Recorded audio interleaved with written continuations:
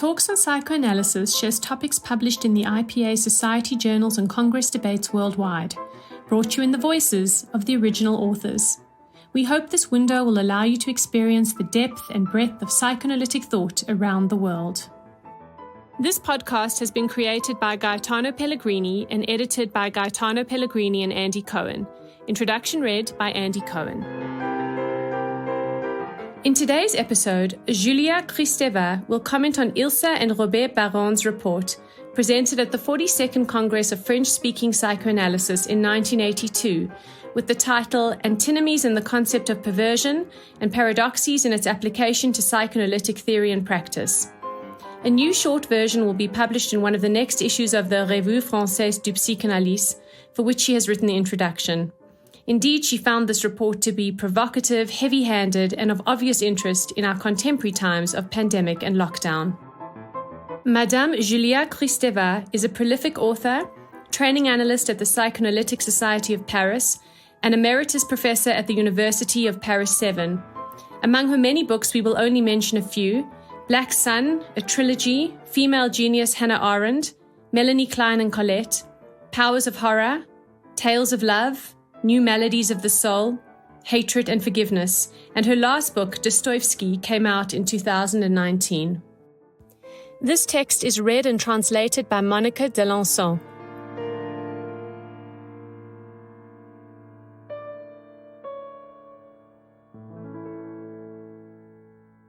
Not only is there no such thing as perversion, moreover, we are all perverse by the mother version. The report of Ilse and Robert Baron, presented at the 42nd Congress of French-Speaking Psychoanalysts in 1982, titled Antinomies in the Concept of Perversion and Paradoxes in its Application to Psychoanalytic Theory and Practice. A new short version will be published in the next issue of the Revue Française de Psychanalyse, for which I have written the introduction. Was it the gloomy confinement that surprised us with openings, spasms, and air drafts? I perceived it as a stroke of real forceful provocation, intense and timely. Did you say perversion? It took a married psychoanalyst couple to make waves in the psychoanalytic world, itself already reasonably perverse. The authors take on the improbable task with a smile. She engages in a condensed style of concentrated concepts, verging on poetic density. He, paradoxically, writes in a pedagogical manner to better discharge transgressive lightning strikes. They rebel against the psychologist's approach toward the perverse, who show a tendency to establish an adult morph model of perversion, if not to say a gerontological morph model, because normative and pejorative, while otherwise excluding the singularity of the permanent infantile feature in every adult. They justify why it is impossible for them, quote, to present clinical perversion in this report, since they have never observed perversion in analysis, nor in perverse behavior in their neurotic patients, and of course, if there were any to be found, they would not have been inevitably able to identify them as such, end quote. The report dates from 1982. The Consumer Society had a pact with the Entertainment Society, not without rigid impositions of all kind. Such was the charm of the first music festival, Fête de la Musique, in 1981, and the wisely audacious repeal of homosexuality as a crime in 1982, originally established by the Vichy government. The breakthrough of the LGBT movement since the 1990s, then the same-sex marriage, Mariage pour tous movement, in 2013, confirmed an anthropological acceleration of which psychoanalysis was a part, and which grew with hyperconnectivity. In this context, the authors predict in their report, quote, a new species could be born of a new infancy, conserved and substituted for maturity, end quote. Borrowed by Freud from the clinical and medical legal psychiatry of the 19th century, the report states that the concept of perversion, quote, as implied in clinical psychoanalysis, is theoretically confused, end quote. And it suggests clarification by going from, quote, the fetish function of the concept of perversion toward a phobic perverse condition and surf of libido." End quote.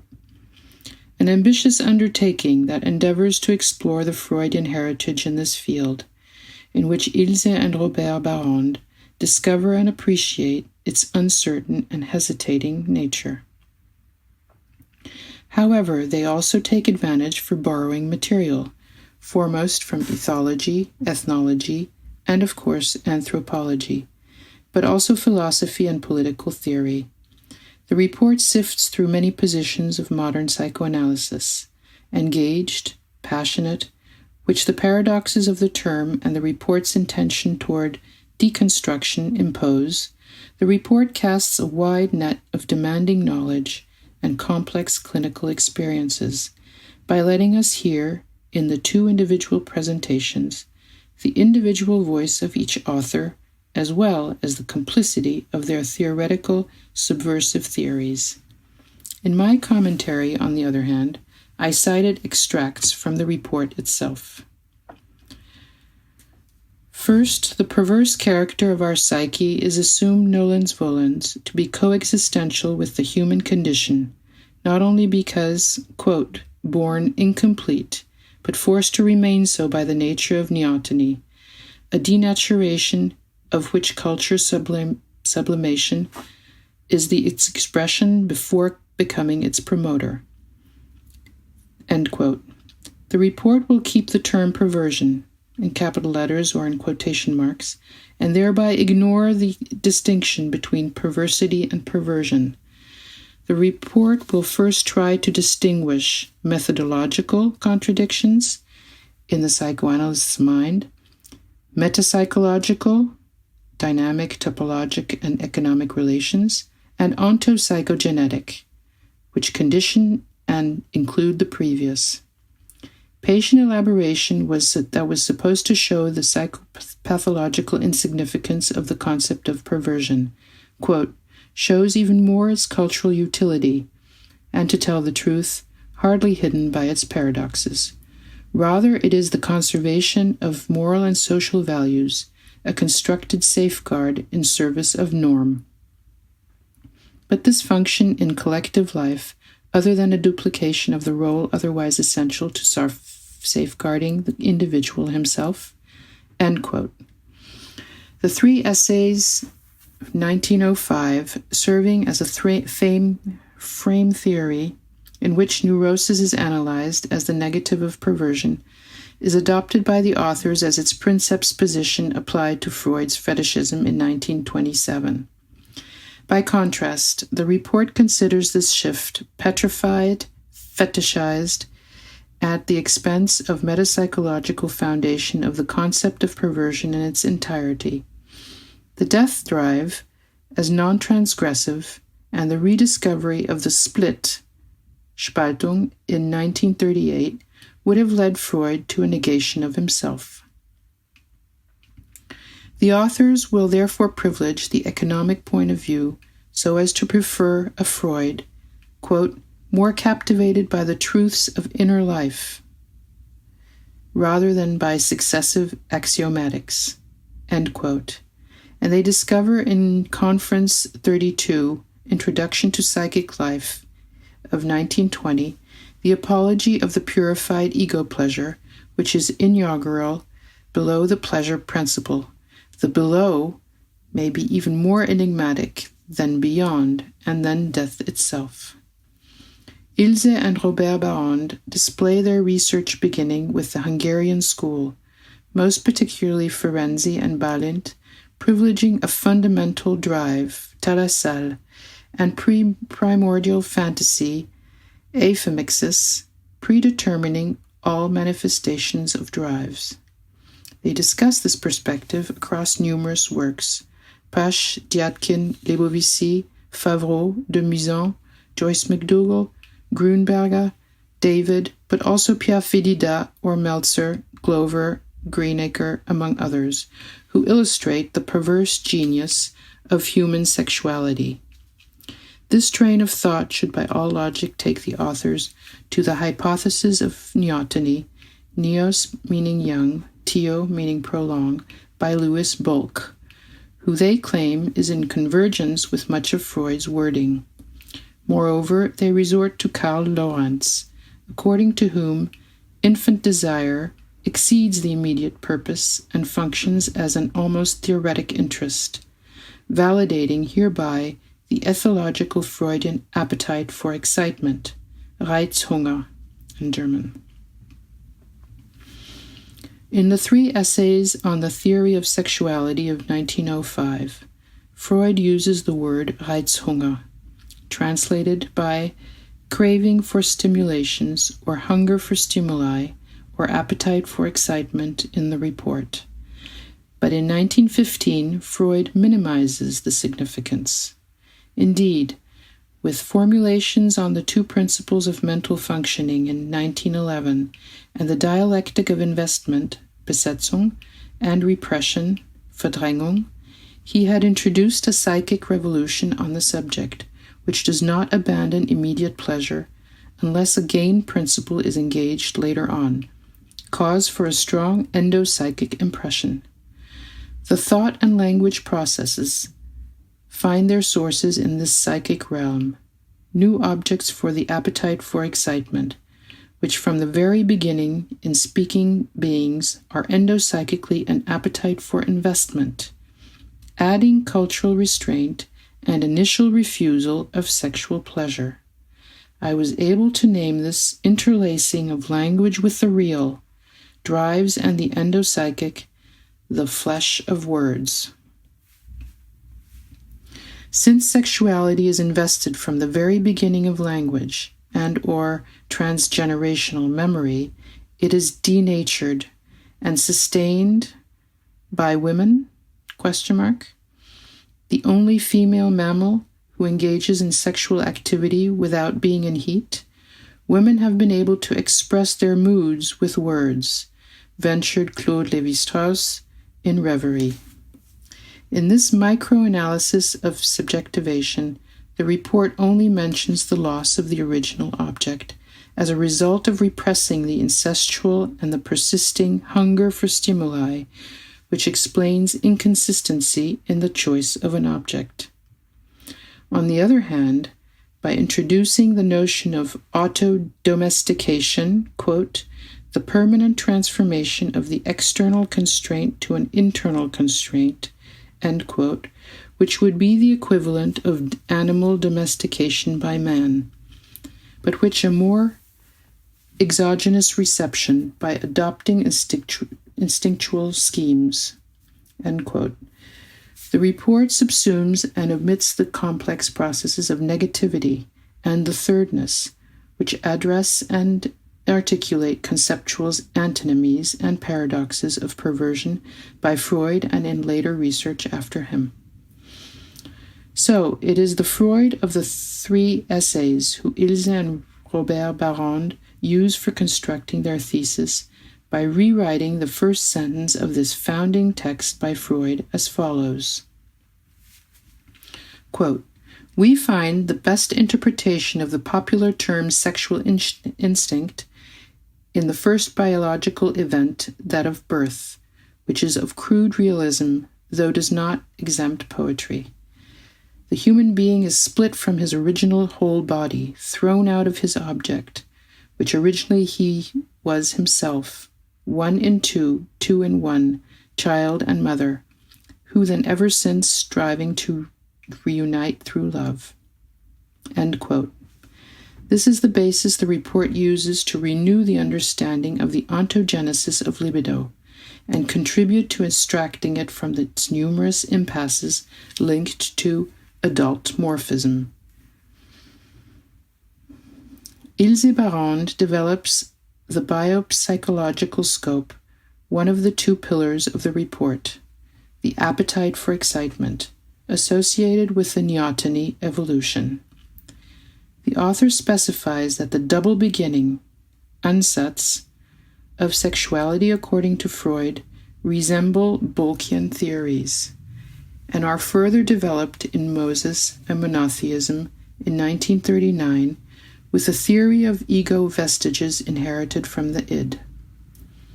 With Freud, Ilse-Baron argues that the definite immaturity of the human who is simultaneously in a position to procreate features a mode of survival, an immature form of our closest primates, conditioning the possibility of neurosis a human privilege.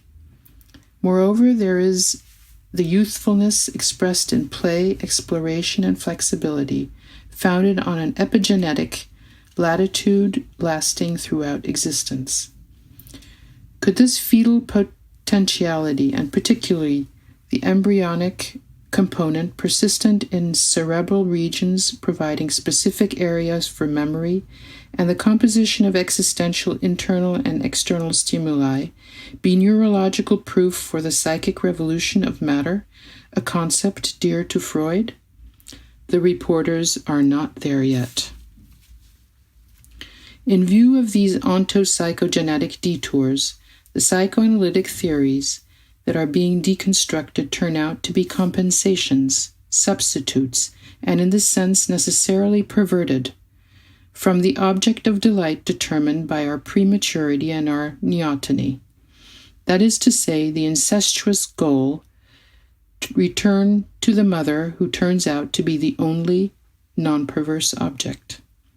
Therefore, antinomies and paradoxes of perversion do not fail to be but lies, an inauthentic ersatz for the original abscess of the lost object which pleasure transforms into the found object. Now comes this startling shortcut, the formula of this transgressive thesis. Quote, perversion as well turns out to be a lie about our mother version. End quote. The provocative formula invites us to deepen the metapsychological meaning of maternal eroticism in terms of female sexuality. But this is not the subject of the report. By questioning the metapsychological function of the mother version, the report, quote, reveals its contraphobic role, end quote, regarding the perversion concept at the heart of its antinomies and paradoxes, just as the fetish function, as used by the psychoanalyst himself, when perversion is used to forsake castration at the base of the human Neoteny. Quote, the phobic nucleus co-originating in neoteny conditions our excitability, our appetite for excitement, Reizhunger, as much as satisfactions that are always substitutive, as much as they're presumed direct objects by the more detour-derived, like fetishist ones. This variable tension shapes our perception of living, but makes us feel partly robbed, displaced in shelter, from the protective obstacle against aphanesis, lack of sexual desire, and the disappearance of the corollary object. The reporters warn, end quote, the reporters warn that the neoteny hypothesis leading to the mother version must not be understood as a dogma. Without restraining an offensive tone in their work, they suggest a dialectic opening including why one chooses to be a psychoanalyst. Would psychoanalysis be a contraphobic bargain, claiming to study the perverse, hardly ever present? A bargain for plunging deeply into dual relations for the benefit of blind participation? Quote, is this choice of being a psychoanalyst a stolen place of the perverse lie, the place of the stolen letter of perversion? The reporters insist. You have heard correctly. Psychoanalysis is put in the place of perversion, and without abolishing or justifying the difference between perversity and perversion, the neotenic mother version thesis remains loyal to its logic. The report abstains from presenting any clinical material as perversion. For that matter, if the real perverse do not seek a psychoanalyst, would this challenge not question psychoanalysis itself? The reporters do not disarm. On their way, they attack discourses and institutions, including the Psychoanalytic Society of Paris, the SPP. As witnessed according to the reporters, these assessments of the so-called supervision, and that are only, quote, self-made creations of incredibly beautiful clinical statues, directed by the voyeur supervisor, end quote. While believing in their view that perversion of psychoanalytic discourse is unavoidable, their harsh criticisms do not even spare the clinical currents, though generally acknowledged, which, according to them, grant a perverse bonus to the beautiful polymorph perverse, and not to the bad, but real perverse. This they call an, quote, an evangelization that tries to overdo the construction of psyche rather than comply with it, end quote. While Kleinian followers are questioned, the headlight strikes the structuralist ghetto and fashion for rejecting the application of the structural process in psychoanalytic theory. Quote, highly speculative content, but discontent in insidiously moralizing and in-depth for transference. Clinical facts are weak. The structural criteria erect like a third between the analyst and the other. Desire only concerns the other's word, and never the body, especially not the mother's body, end quote.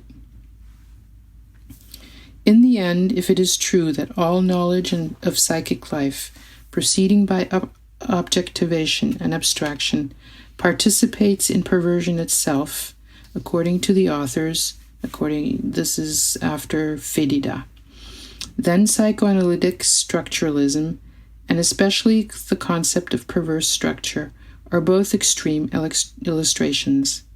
Because this discourse and practice break with analytic specificity, while they should rather be leading us to question, quote, questioning what it is in an arising mood that makes us say that it is here that we find perversions, end quote, and the authors conclude, quote, this counter-transference mood, the transference solicitation at the origin of counter-transference is our subject, end quote. One could not formulate and justify contesting a certain structuralism in psychoanalysis any better while associated with the current psychoanalytic inflation. Has my research on abjection, in parentheses and quotes, interesting research on abjection as a structure suggested by Julia Kristeva, end quote, end parenthesis, escaped anti-structuralism judgment because, to the contrary of what the report asserts, I do not feature it as structure? I try, on the contrary, to sound out a psychosomatic constituent of subjectivation. Neither subject nor object, the abject with a privative A, indicates the space in between the infant and the mother, the infantile and the maternal adult, which rings with the transgressive exposure of the mother's genitals at the origin of the human being, suggested by the notion of mother-version. Before the Kleinian objectivization, by distinction between good and bad objects, abjection indeed underlies the contraphobic function of language, with its semiotic, echolalia, vocal exercises, rhythms, melodies, and symbolic, prosody, syntax, reasoning, narration, dimensions. When they suspect a veil of moral or judgment, in the horrible sense of the term abjection, the reporters only retain its traditional value, the way I would interpret in religious history an attempt to purify oneself, like in all the literature texts that propose catharsis. On the contrary, the rejection that I insist on, stemming from archaic tribes that defined abjection, neither subject nor object, alludes to Dasein, die Geworfenheit, according to Heidegger, and Fortda, meaning thrown back, game, with the wooden spool Freud narrates in Beyond the Pleasure Principle.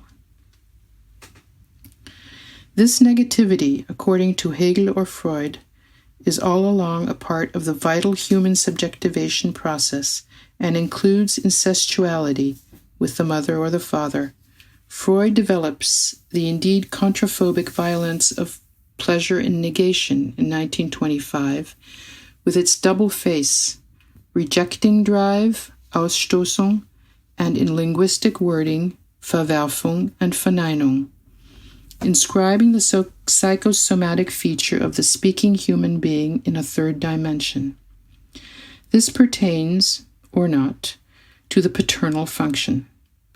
Thirdness is symptomatically absent from the report, and in mutation with the ongoing anthropological acceleration without disappearing, for that matter. Thirdness in the paternal function remains essential to symbolization, by which the interplay of antinomies and paradoxes of the human speaker is arbitrated, even when they are tributary to language or disrupted by image. The perversion without father exposed by Ilse and Robert Barrand is not without language.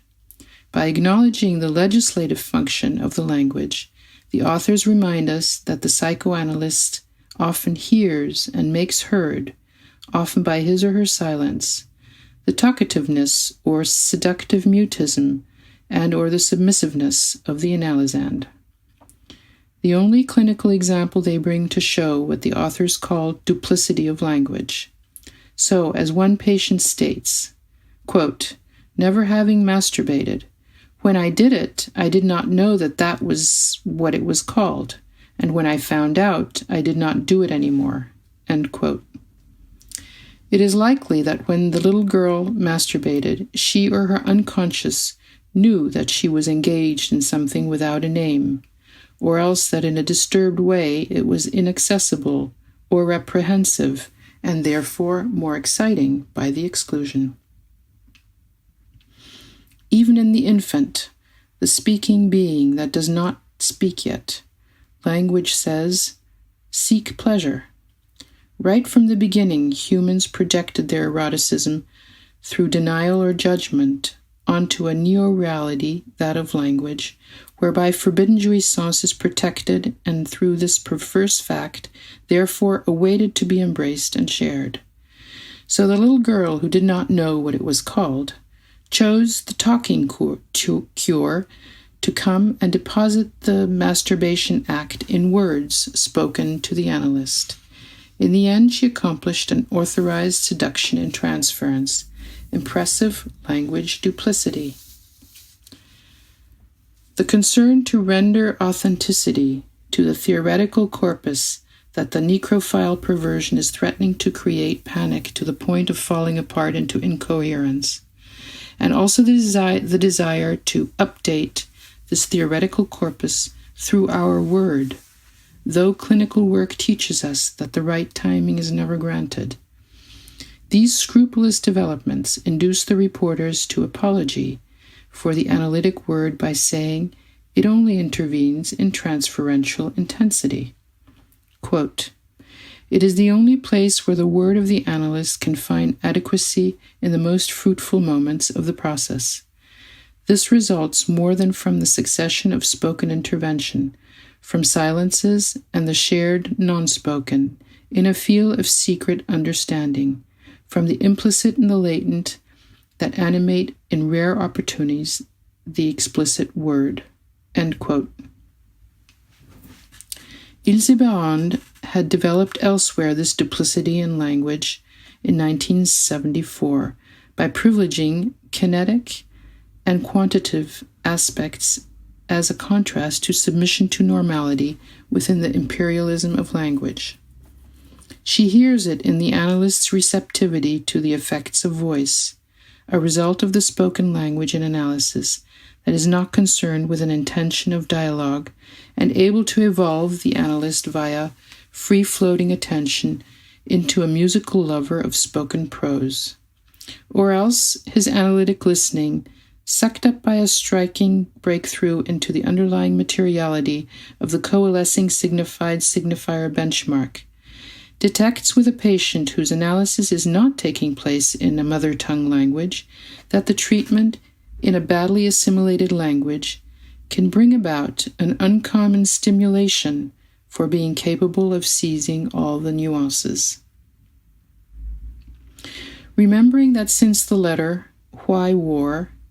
From Freud to Einstein, 1915, the analysis of individual perversion continues its course by shedding light on collective perversion, and because the bias of the report imposes maintaining an economic point of view without analyzing its itineraries of the mother version within the architecture of par l'être, the speaking being, Ilse and Robert Barrand hand over the floor to creators of language and thoughts.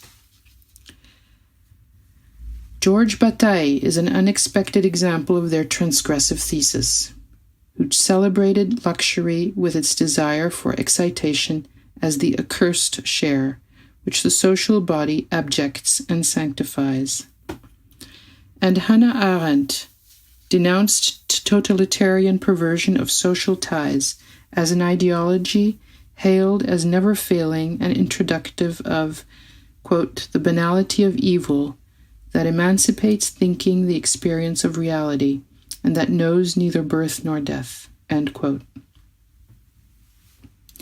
All threads of this report on the perversion, mother version, magnetized through transference, countertransference, and leaning on a conquistador and adventurer version of Freud, seem to come together in the dense and polyphonic reading of Moses and Monotheism, suggested by Ilse Barrand, by the title On the Assassination of Moses as the Burning of the Death Instinct in 1984.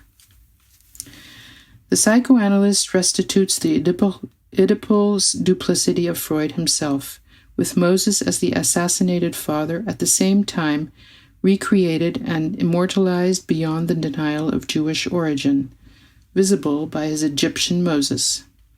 The density of the feminine maternal theme is practically lost, the author warns.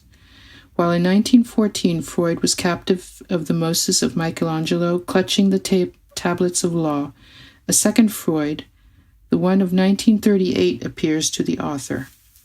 By putting forth appetite for excitation and neoteny in order to bring together the split-off parts of traumatism, Freud dances, as he writes himself, between natively conceived contents and the acquired, one foot in the recorded history and the other in deformed history between the reality and the poetics of the unrecognizable real.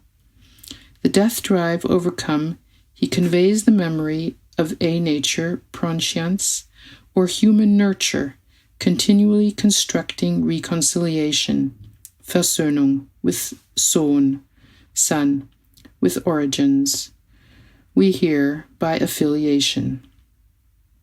Ilse Barrand thinks she is seeing the ultimate and unusual Freud like a figure out of the creation of man, painted by Michelangelo on the ceiling of the Sistine Chapel. What do I see? An Adam, far from the center, with a nostalgic look on his face. Sehnsucht, common name of the feminine gender in both languages, says the author. And obverse of a remorseful desire to kill. He stretches his right index finger toward the left index of God the Creator. The latter is incarnated by the sensual nudity of a young male, come down by his fertile pleasure. Carl Abraham had attributed the prohibition of the goddess in paternal monotheism to the absence of a feminine gender for the word of God in the Old Testament in ancient classical Hebrew. Could it be the same concerning the oblivion of the mother version in psychoanalysis, and the creator towards which Adam Freud tend, according to Ilse Barrand, seems to be of two sexes, like some mystic Jewish currents seem to attribute perversion, father version, and mother version? The artists, Freud's, the analysts? In this sense, by crossing Freud with Leonardo da Vinci, Ilse Barrand discovers, moreover, a matrophore, mother carrier Freud, who beneath the veil of Leonardo takes on the maternal and plays on the difference between sexes and generations, ultimate confirmation of the mother version. Thank you for listening.